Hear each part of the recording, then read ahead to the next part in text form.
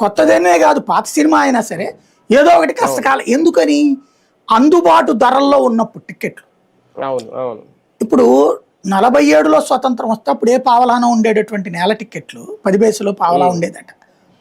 అలాంటిది ఇప్పుడు నాకు నేను ఇంటర్మీడియట్ చదివేటప్పుడు దాకా, డిగ్రీ చదివేదాకా కూడా హైయెస్ట్ ఎంత? 5 రూపాయల టికెట్, బాల్కనీ టికెట్.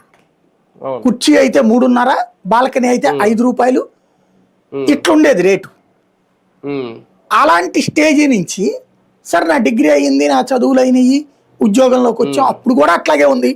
నాకు బాగా గుర్తు, సిటీ కేబుల్లో ఉన్నప్పుడు ₹1 ఛార్జీ పెరిగింది సినిమా టికెట్ల కంటే. ధర్నాలు చేసేవాళ్ళు సబ్ కలెక్టర్ ఆఫీస్ దగ్గర, అట్టట పెంచుతారు అంటే. దాదాపుగా నేను సిటీ కేబుల్లో చేసింది 96, 2000. అప్పటిదాకా కూడా లేదు, ఈవెన్ ఆ తర్వాత కూడా లేదు. ఈ 15 ఏళ్లలో, ఈ 10-15 ఏళ్లలో సరే ₹1 పెంచారు, ₹5 పెంచారు, ₹10 పెంచారంటే ఒక అర్థం ఉంది.